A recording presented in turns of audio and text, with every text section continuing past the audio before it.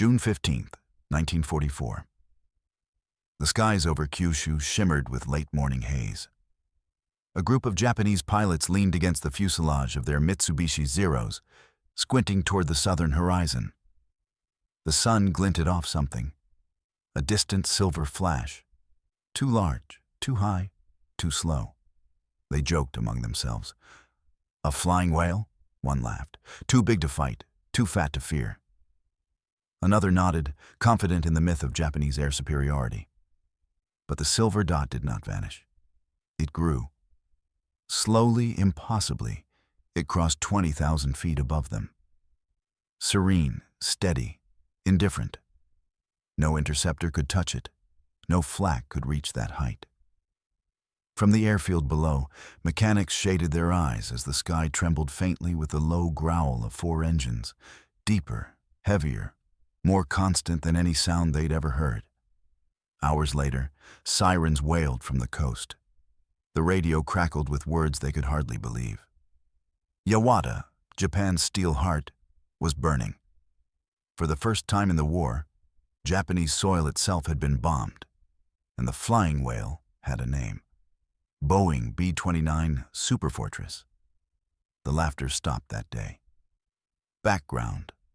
Long before Japan's cities burned, the Boeing B-29 Superfortress was born in quiet desperation. Not in the skies, but in conference rooms, wind tunnels, and factories stretched thin by war.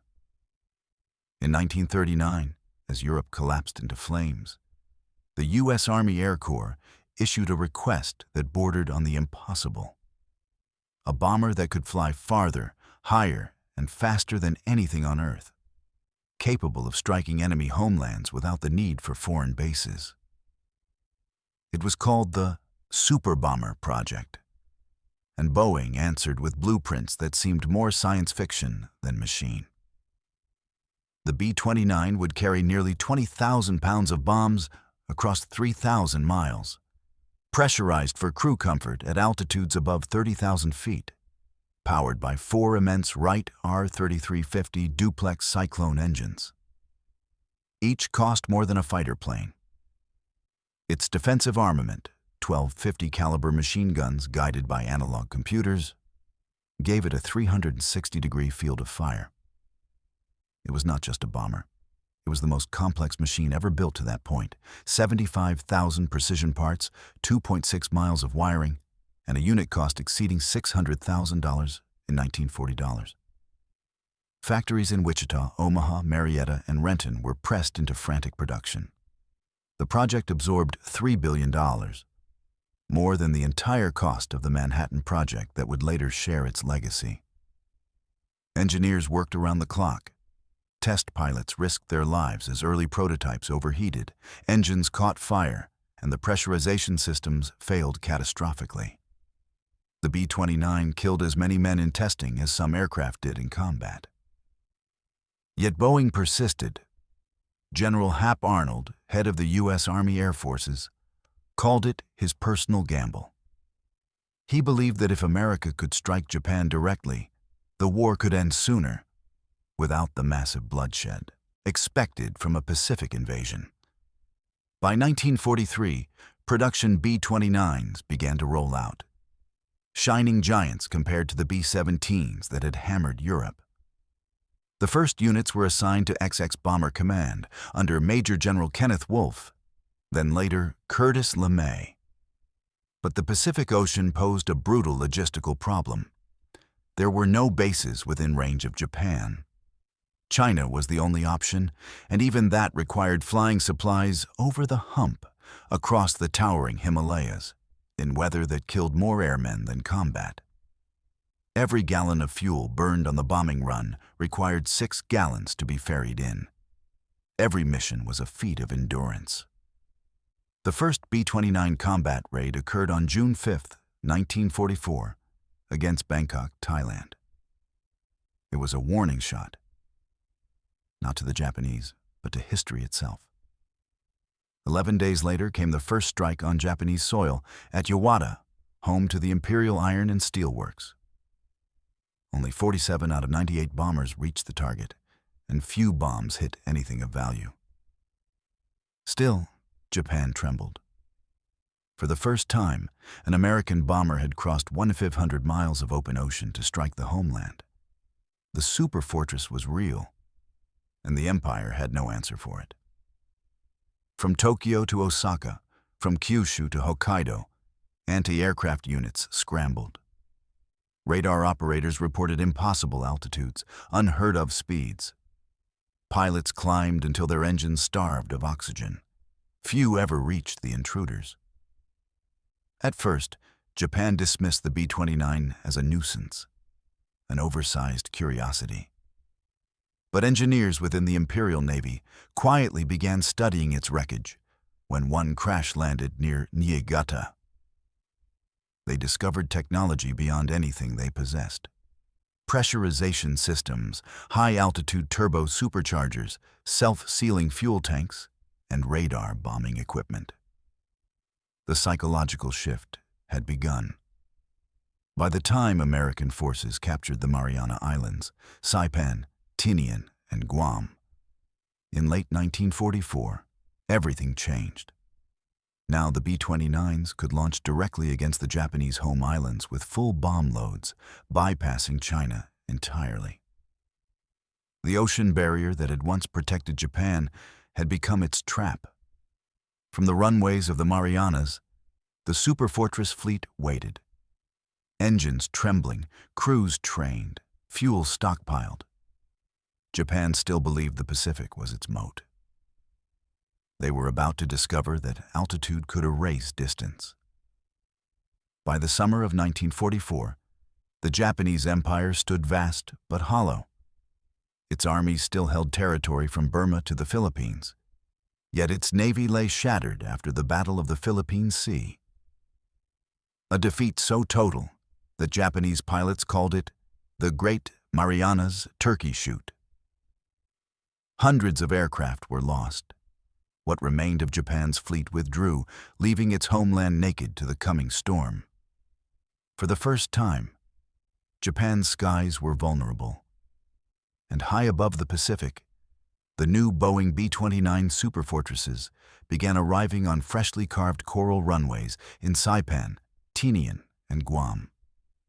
Each mission was a logistical ballet. Runways stretched over 2 miles long, made of crushed coral and steel matting. Maintenance crews worked 18-hour shifts under blistering heat, patching engines and fitting bomb racks. Inside each B-29, 11 crewmen prepared for flights that could last up to 16 hours. Cramped, freezing, and monotonous. From these new island fortresses, the U.S. launched 20th Bomber Command under General Haywood Hansell, a disciplined advocate of high-altitude precision bombing. His goal, strike Japan's industrial heart with surgical accuracy. It sounded good on paper, but Japan's unpredictable weather, jet stream winds, and dense cloud cover turned precision into chaos. Bombs dropped from 30,000 feet, scattered miles off target. Crews fought both nature and their own engines. The massive R-33V-50s, prone to overheating and catching fire mid-flight. The first major raids over Tokyo and Nagoya in late 1944 produced poor results. Factories remained largely intact. For every bomb that struck a factory roof, 10 fell into rice fields or empty suburbs. Japanese observers mocked the raids publicly. Newspapers ran cartoons of bloated American bombers wasting fuel to hit clouds. The Imperial General Staff called the B-29 a wasteful vanity project. Too heavy to maneuver, too soft to survive. Yet behind the bravado, fear was growing. Even inaccurate, the B-29s proved unstoppable.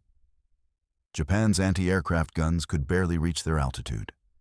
Fighter squadrons, Ki-44s and Ki-84s, struggled to intercept before fuel ran out.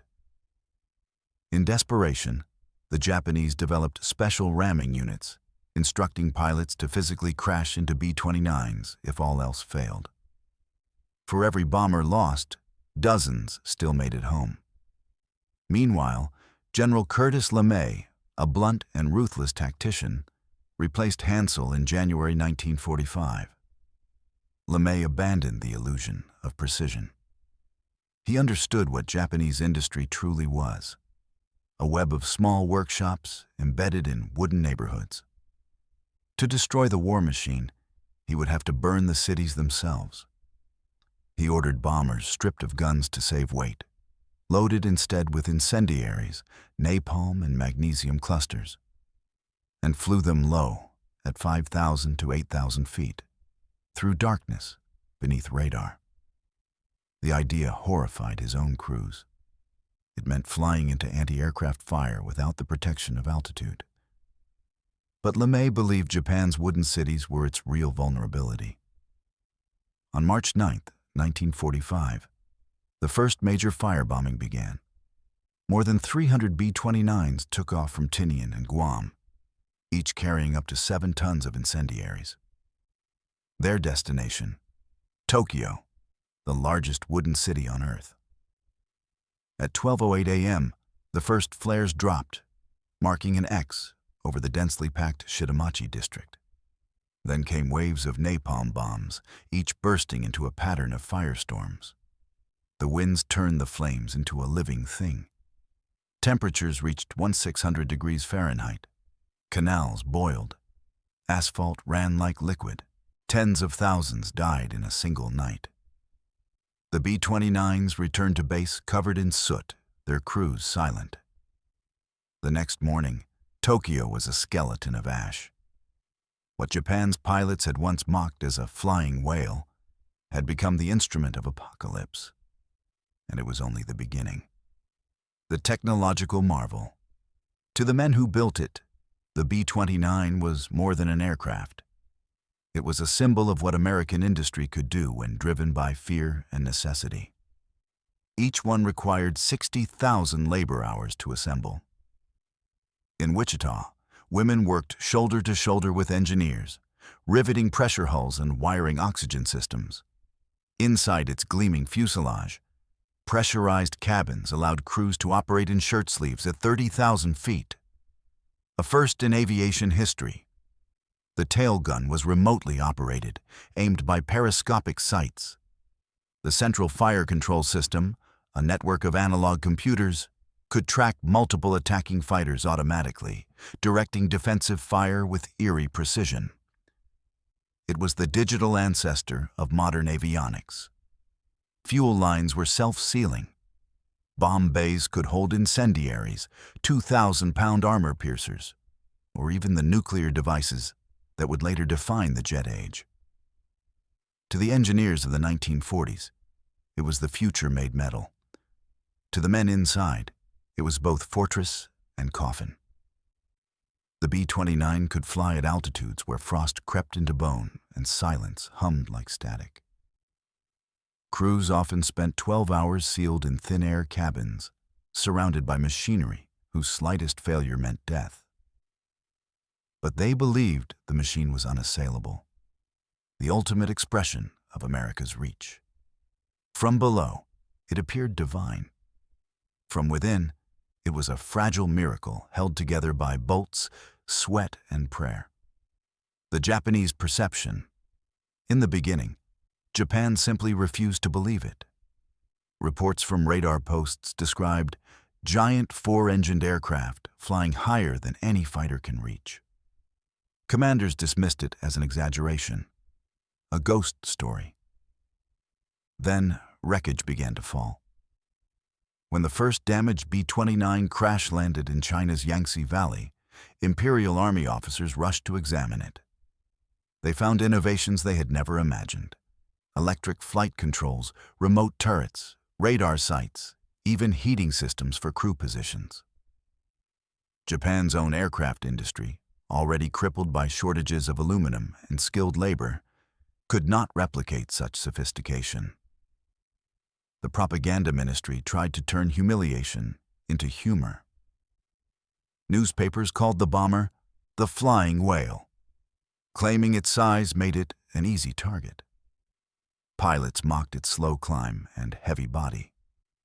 But secretly, fear gnawed at them.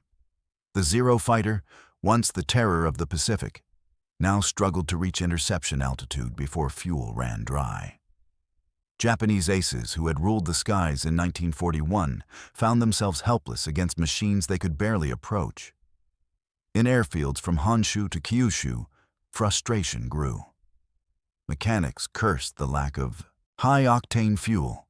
Anti-aircraft batteries practiced on kites and balloons.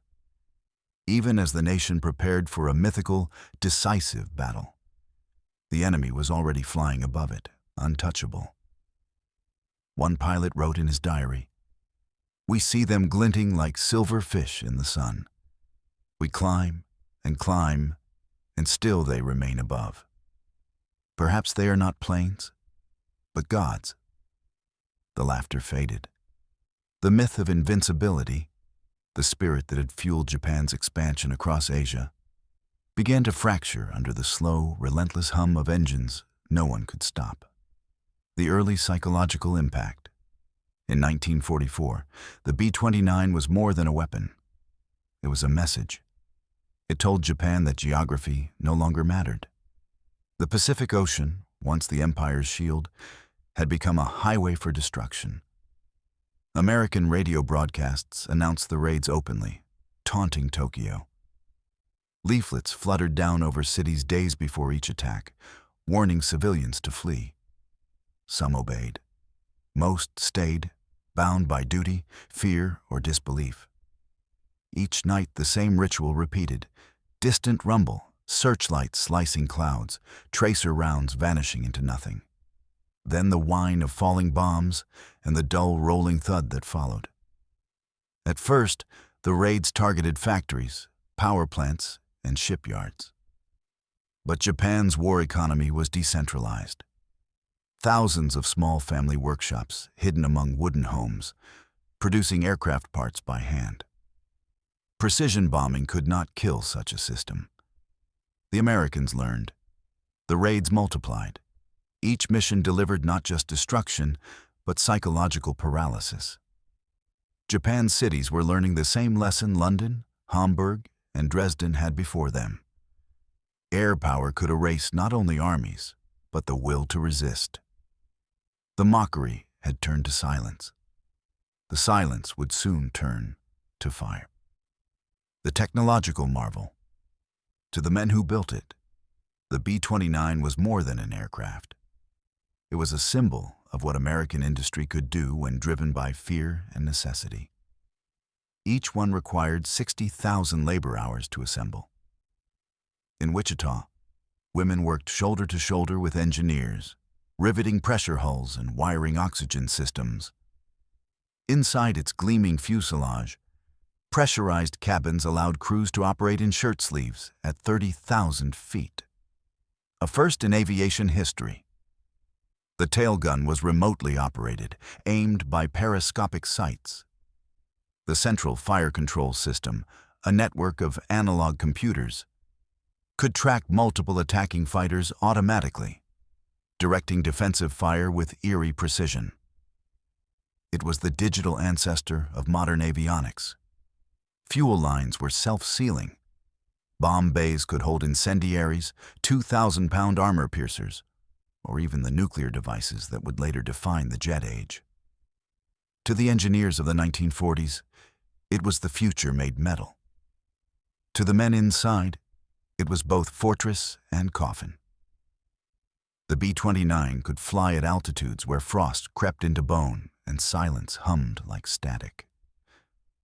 Crews often spent 12 hours sealed in thin-air cabins, surrounded by machinery whose slightest failure meant death. But they believed the machine was unassailable, the ultimate expression of America's reach. From below, it appeared divine. From within, it was a fragile miracle held together by bolts, sweat, and prayer. The Japanese perception. In the beginning, Japan simply refused to believe it. Reports from radar posts described giant four-engined aircraft flying higher than any fighter can reach. Commanders dismissed it as an exaggeration, a ghost story. Then wreckage began to fall. When the first damaged B-29 crash-landed in China's Yangtze Valley, Imperial Army officers rushed to examine it. They found innovations they had never imagined: electric flight controls, remote turrets, radar sights, even heating systems for crew positions. Japan's own aircraft industry, already crippled by shortages of aluminum and skilled labor, could not replicate such sophistication. The propaganda ministry tried to turn humiliation into humor. Newspapers called the bomber the Flying Whale, claiming its size made it an easy target. Pilots mocked its slow climb and heavy body. But secretly, fear gnawed at them. The Zero fighter, once the terror of the Pacific, now struggled to reach interception altitude before fuel ran dry. Japanese aces who had ruled the skies in 1941 found themselves helpless against machines they could barely approach. In airfields from Honshu to Kyushu, frustration grew. Mechanics cursed the lack of high-octane fuel. Anti-aircraft batteries practiced on kites and balloons. Even as the nation prepared for a mythical, decisive battle, the enemy was already flying above it, untouchable. One pilot wrote in his diary, "We see them glinting like silver fish in the sun. We climb, and still they remain above. Perhaps they are not planes, but gods." The laughter faded. The myth of invincibility, the spirit that had fueled Japan's expansion across Asia, began to fracture under the slow, relentless hum of engines no one could stop. The early psychological impact in 1944, the B-29 was more than a weapon. It was a message. It told Japan that geography no longer mattered. The Pacific Ocean, once the empire's shield, had become a highway for destruction. American radio broadcasts announced the raids openly, taunting Tokyo. Leaflets fluttered down over cities days before each attack, warning civilians to flee. Some obeyed. Most stayed, bound by duty, fear, or disbelief. Each night, the same ritual repeated: distant rumble, searchlights slicing clouds, tracer rounds vanishing into nothing. Then the whine of falling bombs and the dull rolling thud that followed. At first, the raids targeted factories, power plants, and shipyards. But Japan's war economy was decentralized. Thousands of small family workshops hidden among wooden homes, producing aircraft parts by hand. Precision bombing could not kill such a system. The Americans learned. The raids multiplied. Each mission delivered not just destruction, but psychological paralysis. Japan's cities were learning the same lesson London, Hamburg, and Dresden had before them. Air power could erase not only armies, but the will to resist. The mockery had turned to silence. The silence would soon turn to fire. The human cost: Night of Fire. On March 9-10, 1945, more than 300 B-29s rose from the Marianas. Their flight paths converged over Tokyo shortly after midnight. The first bombers dropped clusters of M69 incendiaries, marking an X pattern over the Shitamachi district. Beneath them lived 500,000 civilians. The city was built of paper and pine. Within minutes, wind from the Tokyo Bay turned fire into storm. Temperatures soared beyond 1,600 degrees. Whole neighborhoods dissolved in orange light. People fled into canals for safety, but the water boiled. Air itself caught flame. For 3 hours, the B-29s flew unopposed, raining more than 1,165 tons of incendiaries. Smoke climbed to 26,000 feet. Crews reported the stench of burning wood and flesh even from inside their pressurized cabins. When dawn came, Tokyo was gone. 100,000 dead, more than Hiroshima. 16 square miles of the city erased. American crews landed in silence. Some vomited from the smell clinging to their clothes. Others stood by the runways, staring at the sunrise. They had done what their orders required, and history had crossed a line that night. LeMay called it the most successful single air raid in history. His superiors called it victory. Historians would later call it something else. The moral evolution. When victory became silence, the B-29 campaign was no longer about factories or fuel depots. It was about speed, the acceleration of destruction. In the weeks after Tokyo, LeMay's squadrons burned Nagoya, Osaka, Kobe, Yokohama, and dozens of smaller cities. More than 500,000 Japanese civilians would die in the fire raids of spring 1945. Each mission blurred the line between strategy and massacre. For American planners, the math was clear. 1 million projected casualties in a land invasion versus months of bombing. But among the crews, doubts grew. They saw the glow of burning cities from 200 miles away, like sunrise where the sun had no right to be. Back in Washington, President Roosevelt's advisors debated whether total annihilation was morally defensible. In Tokyo, survivors dug through ash for their families. War had entered a new phase, one where the battlefield was not a front, but a civilization itself. The B-29 had made geography obsolete, but in doing so, it had made morality fragile. By the time summer arrived, Japan's cities were shadows. Only a handful remained untouched: Hiroshima, Kokura, Nagasaki. And in New Mexico, a new kind of fire was being born. The night Tokyo ceased to breathe, March 9, 1945, 5:56 p.m. Engines roared across the runways of Saipan, Tinian, and Guam. Ground crews signaled with flashlights as B-29s lumbered into the dusk sky, one after another, their 4 massive right engines straining under the heaviest incendiary loads of the war. Inside each aircraft, 11 men prepared for what they had been told would be the decisive strike. No defensive guns, no armor, just napalm, magnesium, and a new doctrine of annihilation.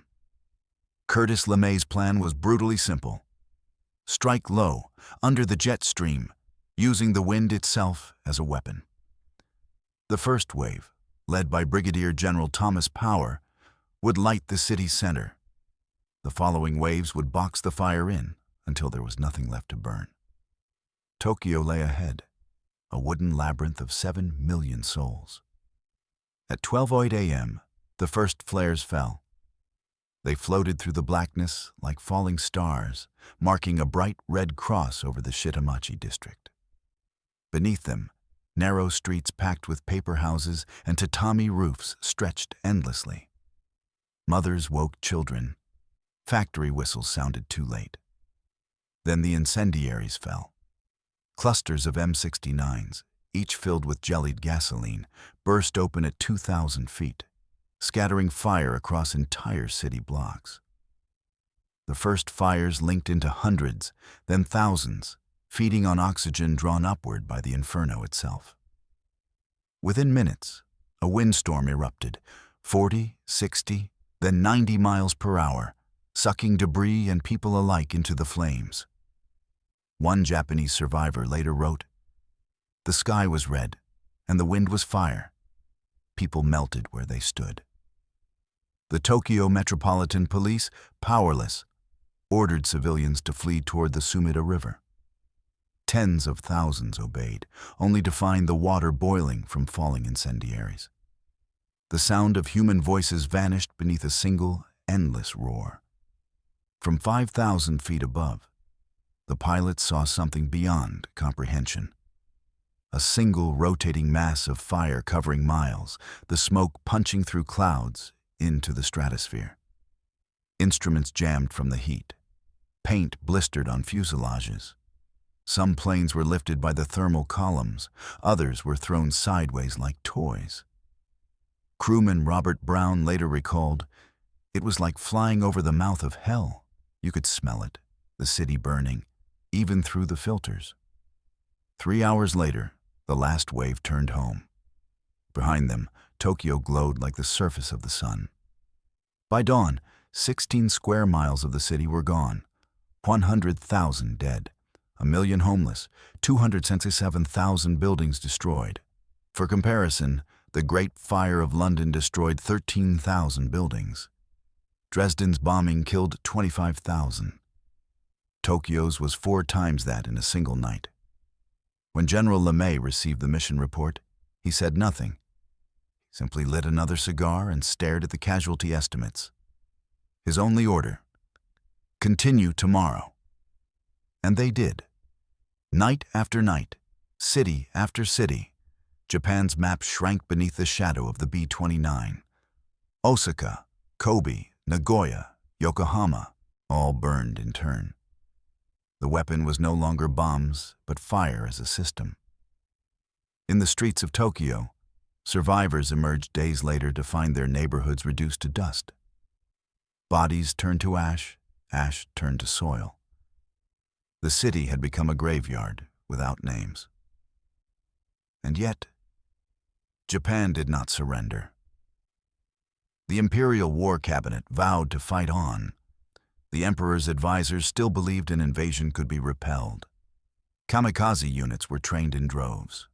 The Japanese people, taught to see surrender as worse than death, steeled themselves for a final stand.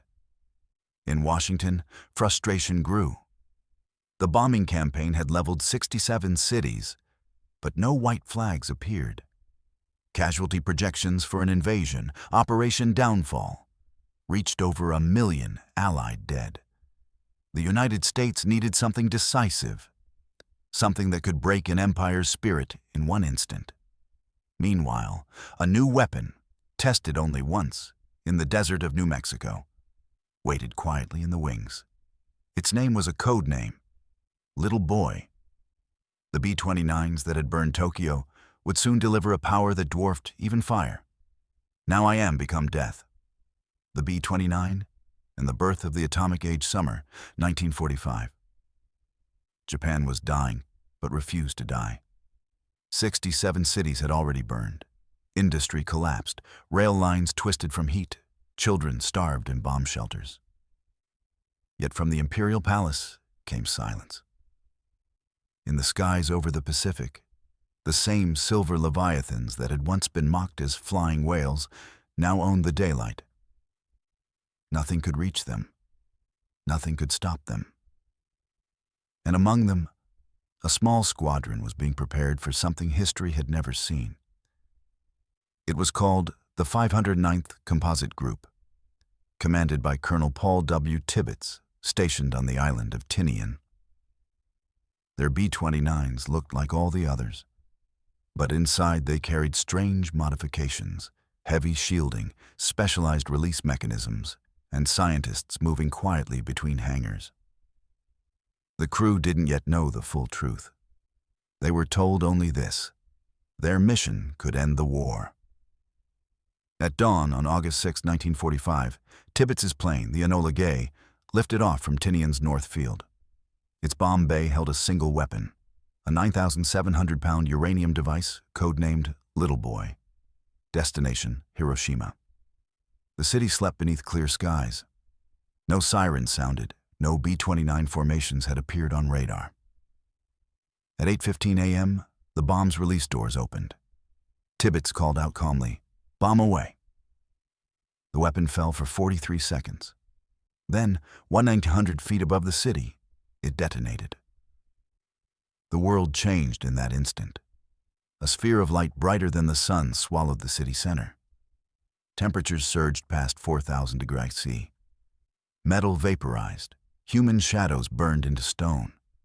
The shock wave leveled everything within 2 miles. 70,000 people vanished instantly. Another 70,000 would die by year's end. Crewmen aboard the Enola Gay felt the concussion even 6 miles away. Captain Robert Lewis, looking back, whispered into the mission log, "My God, what have we done?" But the mission succeeded. Hiroshima ceased to exist.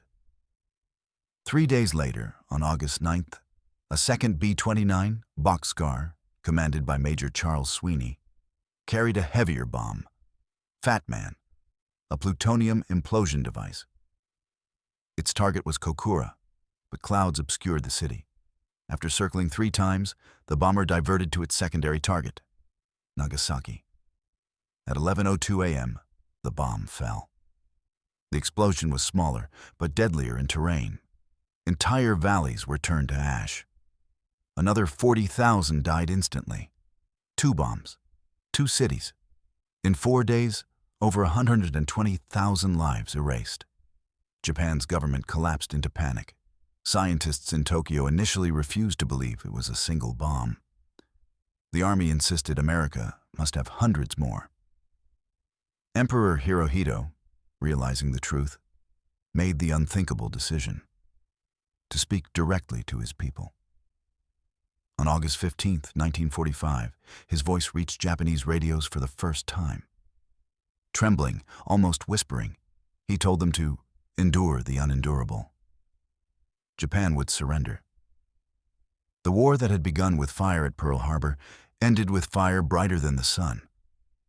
For the men of the 509th, there was no celebration, only silence. They had done what they were ordered to do, and history would never see them the same way again. The B-29 had carried both the old war of fire and the new war of atoms. It had made humanity omnipotent and terrified of itself. Across the Pacific in American papers, headlines shouted victory. Flags waved, factories halted production, soldiers packed for home. But some engineers at Boeing understood what it meant. They had created the first machine capable of ending civilization. The superfortress had become the bridge between 2 worlds, from propellers and aluminum to uranium and extinction. As smoke rose from Hiroshima and Nagasaki, one pilot in the 509th wrote in his journal, "We built the plane that ended the age of innocence." In Tokyo, a stunned general muttered only one sentence, "We fought gods." When the final peace documents were signed aboard the USS Missouri on September 2, 1945, a single B-29 flew overhead in tribute. Not as a weapon, but as a reminder. The machine Japan had once mocked now symbolized its surrender. And the world, standing beneath the shadow of its wings, understood that the future of war would never again be bound by earth or sky. Well, ashes of an empire. The smoke over Hiroshima hung for days.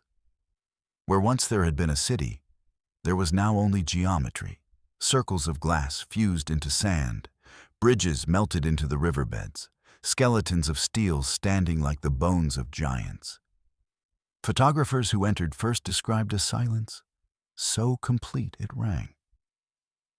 Survivors wandered the ruins barefoot, wrapped in burned cloth, their eyes clouded white from flash blindness. Children searched for parents who were already vapor. By mid-August, doctors at Hiroshima's Red Cross Hospital began to record symptoms they couldn't explain. Fever, bleeding gums, hair falling out in clumps. The term radiation sickness entered the human vocabulary for the first time. In Nagasaki, the pattern repeated. Churches and shipyards alike had vanished. Within weeks, rain carried fallout across Kyushu, contaminating crops and water. Tens of thousands more died slowly, unseen. Across Japan's 67 other bombed cities, there was little left to save. Osaka was 55% destroyed, Kobe 56%, Yokohama 47%. Tokyo itself had lost a quarter of its population and almost all of its housing. Train stations became refugee camps. Entire families slept in tunnels, living on boiled weeds. The air still smelled faintly of ash months after surrender. Yet amid the devastation, something unbroken stirred. Survivors began clearing rubble, planting vegetables in cratered streets, scavenging tin to rebuild shacks. Priests rang bells in roofless temples. Japan had been humbled, but not hollowed. The human cost for the victors The crews of the B-29s returned to their bases in the Marianas as heroes. Medals were pinned, photographs taken, yet many could not sleep. In letters home, airmen spoke of dreams filled with fire and screaming. Some refused to discuss the missions at all. Others justified them with arithmetic. The million lives an invasion would have cost. Curtis LeMay remained unrepentant. "If we'd lost the war," he later admitted, "I'd have been tried as a war criminal." He was right, but history had chosen victory, and victory writes its own ethics. General Hap Arnold, architect of the B-29 program, aged visibly after 1945. In private, he confessed to friends that the aircraft had achieved too much. Boeing's engineers returned to peacetime contracts with the weight of their creation hanging over them. For America, the B-29 became both triumph and warning. It had fulfilled its purpose, ending the war without invasion, but at the cost of revealing how fragile civilization truly was. Japan's surrender and the end of the empire. On August 15, 1945, millions of Japanese civilians gathered around radios to hear their emperor's voice. Distant, quivering, incomprehensible to many through the formal court language.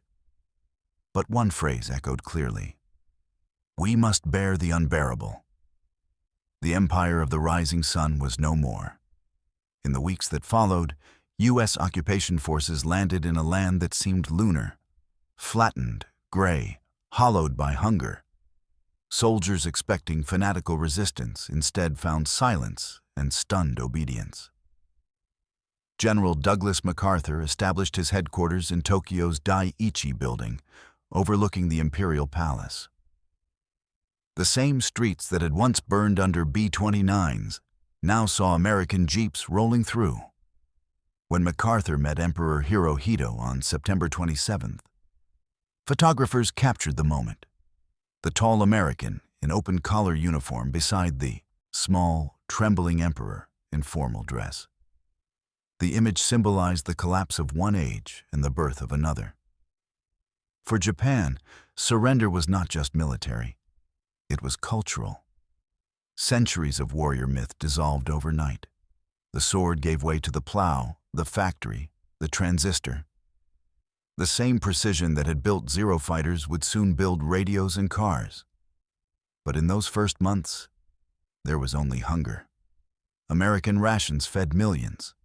B-29s that had once dropped bombs now dropped food. The irony was not lost on anyone. When the smoke cleared, historians began counting the cost. In 3 years of bombing, the B-29s had dropped 160,000 tons of explosives and incendiaries on Japan, killing over 900,000 civilians and injuring more than 1 million. What had begun as a machine of precision ended as a weapon of obliteration. And yet, the same machine had made invasion unnecessary, possibly saving millions more on both sides. War's arithmetic, as always, was unsolvable, from ashes to industry. The American occupation of Japan was unlike any conquest in modern history. It was not a colonization, it was a reconstruction. Within weeks, the same airfields once cratered by B-29 raids buzzed again, this time with C-54 transports unloading food, medicine, and tools. General MacArthur's orders were clear: dismantle Japan's war machine, rebuild the nation on democracy, and never let it rise as a military empire again. Factories that had once built engines for Zeros now forged parts for bicycles and sewing machines. Boeing engineers, invited as consultants, studied Japan's manufacturing methods. Japanese technicians studied the B-29's engineering, salvaging fragments from wrecks and reverse engineering components. The result was not revenge, but reinvention. By the early 1950s, the same discipline that had built kamikaze aircraft now built transistor radios and cameras that would one day rival the West. Tokyo, once a sea of ash, was reborn in concrete and steel. Hiroshima rose again as a city of peace, its ruins preserved as memorials rather than scars. A new Japan emerged, one defined by technology, not conquest. But the aircraft that had erased its cities would not fade with the war. The B-29's legacy in the Cold War, even as the occupation continued, the world was dividing. The B-29, perfected too late for the European war, became the template for America's Cold War air power. In 1948, its successor, the B-50 Superfortress, entered service with more powerful engines and longer range. From it would descend a lineage of bombers that defined the nuclear age. The B-47 Stratojet, the B-52 Stratofortress, and ultimately, the B-2 Spirit stealth bomber. Each traced its bloodline to the B-29's aluminum frame. When the Korean War erupted in 1950, the old superfortresses were called back to service. They bombed Pyongyang, bridges over the Yalu, and supply lines deep into North Korea. Once again, the machine that had ended one war ignited another. For the Soviet Union, watching the B-29's performance with alarm, the response was direct. 3 captured aircraft that had made emergency landings in Vladivostok were reverse-engineered to create the Tupolev Tu-4, a near-identical clone. Within 2 years, the same silver silhouette that had burned Japan now flew under a red star. The age of the strategic bomber was no longer American. It was global, a weapon and a warning. The B-29 had achieved what few machines ever could. It ended one world and defined the next. It demonstrated that technology could substitute for manpower, that altitude and range could erase oceans and borders. It made industrial destruction an equation, not an act of courage. Yet, its shadow was heavy. The atomic raids it delivered introduced humanity to its own extinction. Every bomber that followed, B-47, B-52, Tu-95, was built not just for war, but for deterrence. The planet itself became the battlefield. Historians still debate its legacy. Was it the ultimate tool of victory or the beginning of a moral fall? Was LeMay's fire campaign a necessity or a war crime postponed by triumph? The answers depend on where one stands. On the coral runways of Tinian, where crews believed they were ending suffering, or in the ruins of Tokyo, where mothers carried ash that had once been children. By the time the last B-29 was retired from active duty in the late 1950s, it had flown from every corner of the world: the Pacific, Europe, Korea, even the Arctic. Of the 3,170 built, only a handful survive today. Preserved in museums, their polished aluminum shells reflecting the faces of generations who never knew war from the sky. In 1976, the restored Enola Gay was unveiled at the Smithsonian. Visitors walked around it in silence. Some wept. Others saluted. For a machine of metal and fuel, it had carried too much of humanity inside it. The B-29 did not just end a war, it ended an era. And what began as a target of ridicule for Japanese pilots became the shape of every fear that followed. When history looks back at the Second World War, the B-29 stands not only as an aircraft, but as a mirror, reflecting both the brilliance and the brutality of the human mind. It was born from genius and fear, from engineers who believed that technology could end suffering by ending wars faster. And in a way, it did. The B-29 shortened the conflict, saved millions from invasion, yet it also revealed the darkest equation of all, that progress and destruction can be twins. In 1944, young Japanese pilots had laughed at its size, calling it clumsy, arrogant, impossible. By 1945, entire cities had vanished beneath its wings. The laughter had turned to silence, and the silence to smoke. Standing today beneath its polished hull in a museum hangar, the B-29 gleams like a relic of another civilization. both beautiful and terrible. Children point at its shining surface without knowing that, once, that reflection meant the end of the world for someone else. It carried the flame that burned Tokyo and the sun that erased Hiroshima. It proved that man could dominate the sky, and in doing so, learned how easily he could destroy what lies below it. The B-29 was the final step between the age of machines and the age of consequences. After it, no war would ever be fought in innocence again. As one historian wrote, "The bomber won the war, but it also taught us that there can be no victory in ashes." And so the great silver whale that once lumbered across the Pacific became something else, a warning written in metal and fire. It taught us that power without restraint is not triumph, but tragedy deferred. The cities it destroyed rose again, stronger, wiser, more determined never to burn that way. The world it reshaped learned to fear the sky and to build peace beneath it. In the end, the B-29 did not just conquer Japan. It conquered the limits of human reach and forced us to ask, quietly and forever, what will we do when we can destroy everything?